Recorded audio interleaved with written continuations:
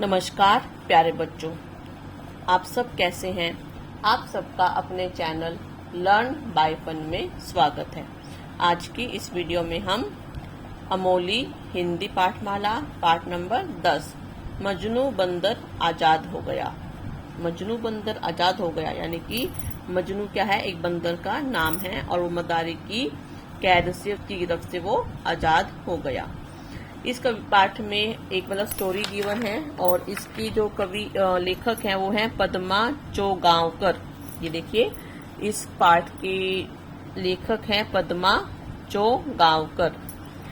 इस पाठ के माध्यम से, इस स्टोरी के माध्यम से बताया गया है कि जो मनुष्य है वो अपने सुख सुविधाओं के लिए, अपने मनोरंजन के लिए, अपने आजीविका के लिए वो क्या करता है, पशु पक्षियों को कैद कर लेता है और उन्हें अपने आजीविका के लिए यूज करता है। जैसे कि मदारी है, वो बंदर को क्या करता है, कैद कर लेता है और उससे तरह तरह के तमाशे कराता है जिससे उसका गुजारा होता है। उसकी कमाई का जरिया क्या है, बंदर है। तो इसमें क्या, जो बंदर है वो एक दिन तंग आकर भाग जाता है और वो कहीं ना कहीं छिप जाता है। तो इसमें जो मेन कैरेक्टर है जिसका नाम है मुखिया जी का नाती, जिसका नाम है केसर, उसका दिल बहुत ही अच्छा होता है। छोटा बच्चा है लेकिन बहुत ही समझदार है। जब वो बंदर को देखता है अपनी छत पर तो वो किसी को नहीं बताता, सिर्फ अपने किसी फ्रेंड को बताता है और फिर उस बंदर के रहने के लिए खाने पीने की व्यवस्था करता है और अपने मुखिया जो नाना जी उनको समझाता है कि अपने मनोरंजन के लिए, अपने सुख सुविधाओं के लिए, अपने जीविका के लिए हमें किसी जानवर को परेशान नहीं करना चाहिए, उनके साथ दुर्व्यवहार नहीं करना चाहिए, हमें उनके साथ हमेशा अच्छा व्यवहार करना चाहिए। पशु पक्षियों को भी आजाद रहने का सुख है, आजाद रहने का हक है, उन्हें भी आजादी पसंद है। वो भी अपनी आजादी से घूमना फिरना चाहते हैं, जंगलों में जाना चाहते हैं, नदी झरनों का पानी पीना चाहते हैं, ऊंचे ऊंचे पेड़ों पर कूदना चाहते हैं, वहां रहना चाहते हैं, अपने मित्रों के साथ घूमना चाहते हैं। बहुत जैसी चीजें जो हम इंसानों को भी करना पसंद है। अगर हम इंसान को एक कमरे में बंद कर दिया जाए जिसमें सारी सुख सुविधाएं हैं लेकिन आपको उस कमरे से बाहर नहीं आना है, तो आप कितनी देर उस कमरे में रह सकते हो, 1 घंटा, 2 घंटे, 4 घंटे, 10 घंटे, 1 या 2 दिन। लेकिन कुछ टाइम के बाद क्या होगा, आप तंग हो जाओगे, परेशान हो जाओगे, क्योंकि आपसे आपकी आज़ादी छीन ली गई है। इसलिए आज़ादी सबको पसंद है और इसलिए हमें कभी किसी के साथ दुर्व्यवहार नहीं करना चाहिए, चाहे वो पशु पक्षी हो या फिर इंसान हो। इस कहानी के माध्यम से हमें ये शिक्षा मिलती है। चलिए वीडियो की शुरुआत करते हैं।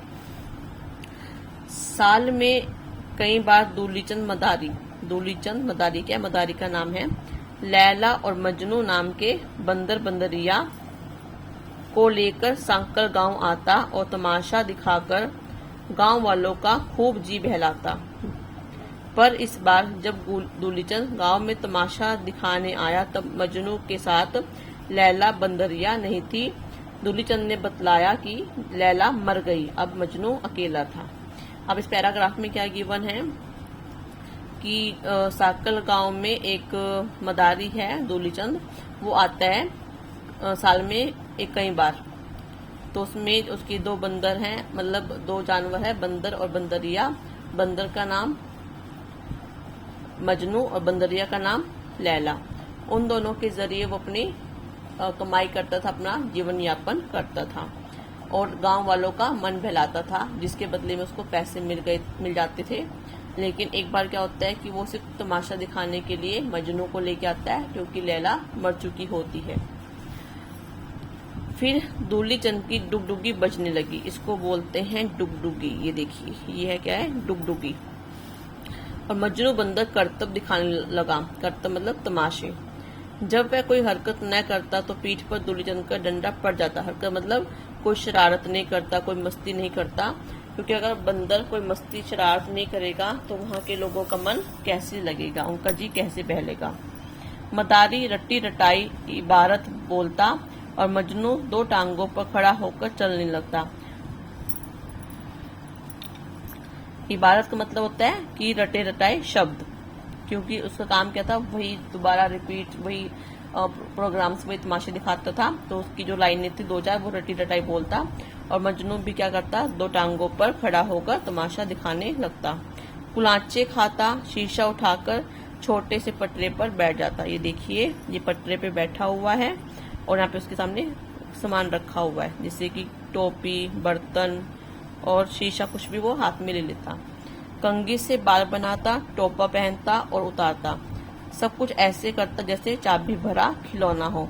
जैसे कि आते ना चाबी वाले खिलौने, हम चाबी भर देते हैं तो खिलौना वो खूब चलता है। उसी तरह जो मदारी है दूलीचंद, वो 2-4 रटे शब्द बोलता है, और जो मजनू बंदर है वो भी उसके के अनुसार वैसा ही करता, क्योंकि उसे करना पड़ता, अगर नहीं करता तो उसे डंडे खाने पड़ते थे।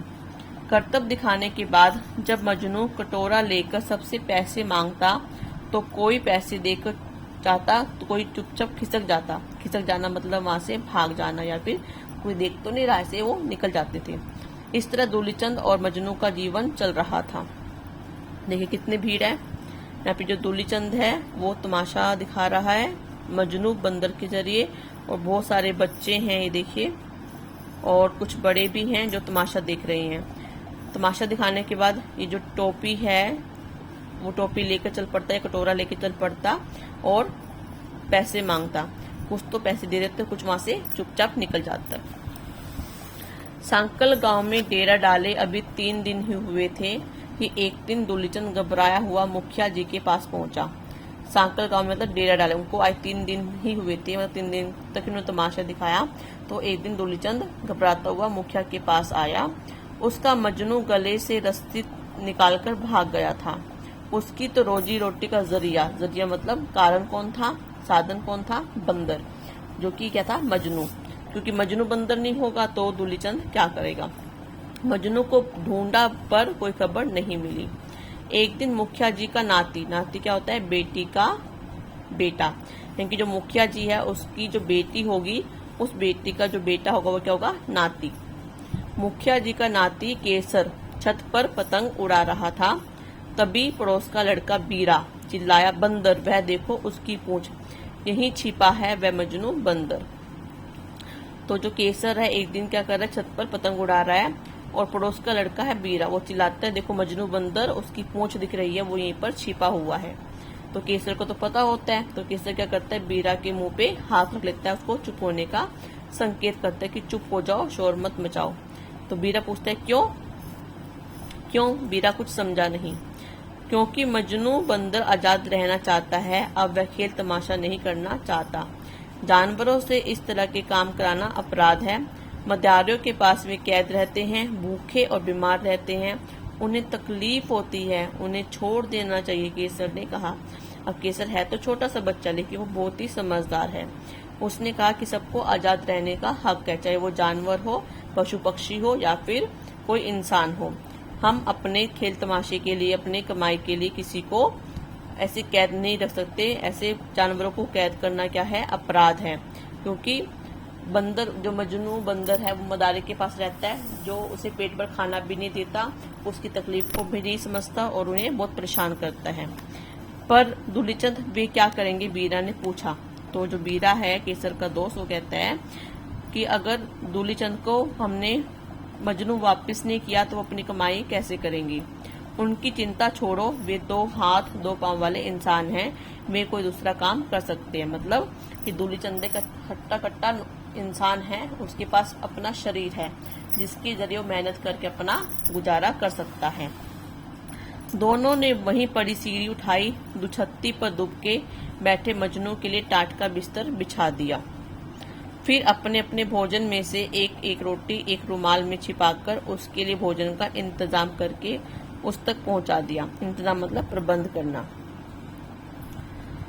पर 2 ही दिन में मजनू के वहां होने की बात खुल गई। आखिर बात, कहते ना, सच्चाई एक ना एक दिन पता चल जाता है। आप कितना भी छुपाने की कोशिश करो कि जो सच्चाई होती है वो सामने आ जाती है। मुखिया नाना ने केसर को समझाया, बेटा वह दूलीचंद का जानवर है, हमें उसे सौंप देना चाहिए, उससे ही उसकी रोजी रोटी है। तो जो मुखिया नाना है वो केसर को समझाते हुए कहते हैं कि तुमने अच्छा नहीं किया, कि तुम्हें पता था कि मजनू बंदर कहाँ है, फिर भी तुमने उसको छिपा के रखा, तुम्हें उसे वापस कर देना चाहिए, क्योंकि दूलीचंद उसी से कमाता और अपना परिवार चलाता है। केसर ने नाना जी के सामने अपनी बात रखी। नाना जी, मजनू वहाँ खुश नहीं है, उसे भी तो आजाद रहने का हक है। हम क्यों उसे इस तरह का जीवन जीने पर मजबूर कर रहे हैं? क्यों न हम दूलीचंद चाचा को कुछ पैसे देकर कोई और काम धंधा करने को कहें। इस तरह हम मजनू को आजादी देंगे, उसे भूख और तकलीफ से बचाएंगे। तो जो केसर है पहले नाना जी के बात को ध्यान से सुनता है, फिर अपनी बात को नाना जी के सामने रखता कहता है कि इस दुनिया में सबको आजाद रहने का हक है। हमें अपने स्वार्थ के लिए जानवरों को ऐसे बांध के नहीं रखना चाहिए, दुख तकलीफ नहीं देनी चाहिए, बल्कि हमें दूलीचंद चाचा को कुछ पैसे दे देने चाहिए ताकि वो कोई नया काम शुरू कर सके और मजनू बंदर को उनकी तकलीफों से छुटकारा मिल सके। जैसे कि जो मजनू बंदर है वो भूख और तकलीफ में रहता है और वो आजाद होके अपने मित्रों के साथ, अपने बाकी जानवरों के साथ जो भी है उनके साथ घूम फिर सके। नाना जी केसर की सोच से बहुत खुश हुए। वो सोचते थे कि इतना छोटा बच्चा और इतनी अच्छी सोच, और बोले वाह, हमारा बच्चा बड़ी बड़ी बातें जानता है, समझता है, चलो ऐसा ही करते हैं। तो जो नाना जी है केसर की सोच से बहुत खुश हुए कि वो जानवर के प्रति उसका प्यार कैसा है, वो कितना सजग है, उसकी कितनी चिंता करता है। तो वो कहते हैं कि हमारा बच्चा छोटा है लेकिन बड़ी बड़ी बातें करता है, दूसरों की दुख तकलीफ को समझता है। उन्होंने दूलीचंद को बुलाकर गांव में चाय की एक दुकान खुलवा दी। दूलीचंद खुश था, अब उसे इधर उधर भटकना नहीं पड़ता था, और सबसे खुशी की बात यह थी कि अब मजनू बंदर आजाद हो गया था। तो जो नाना जी हैं वो केसर की सोच से बहुत खुश होते हैं और वो उनकी बात मानकर दूलीचंद के लिए गांव में ही छोटी सी चाय की दुकान खुलवा देते हैं। और दूलीचंद भी बहुत खुश है क्योंकि उसे कमाने के लिए एक गांव से दूसरे गांव नहीं जाना पड़ता। अब उसे एक जगह रहकर अपना गुजारा कर सकता, उसे बार बार इधर उधर भटकने की जरूरत नहीं है। और सबसे मेन पॉइंट क्या था इसमें कि जो मजनू बंदर है वो भी आजाद हो जाता है अपनी भूख से, अपनी तकलीफ से। अब वो भी अपने परिवार के साथ, अपने मित्रों के साथ रह सकता है आजादी से, जहां मर्जी चाहे वो जा सकता है, जहां मर्जी चाहे आ सकता है, मतलब अपने परिवार के साथ वो एंजॉय कर सकता है अपनी आजादी को। ये थी कहानी मजनू बंदर हो गया आजाद। आपको ये कहानी कैसी लगी प्लीज मुझे कमेंट सेक्शन में लिखकर बताइएगा, और आपकी इस कहानी के बारे में क्या सोच है, और आपने क्या कभी किसी जानवर को इस तरह से कैद में देखा है? क्या आपने कभी उनकी परेशानी को समझने की कोशिश की है? तो प्लीज मुझे बताने की कोशिश कीजिएगा, बताने के लिए कमेंट सेक्शन में कमेंट में लिखकर बताइएगा।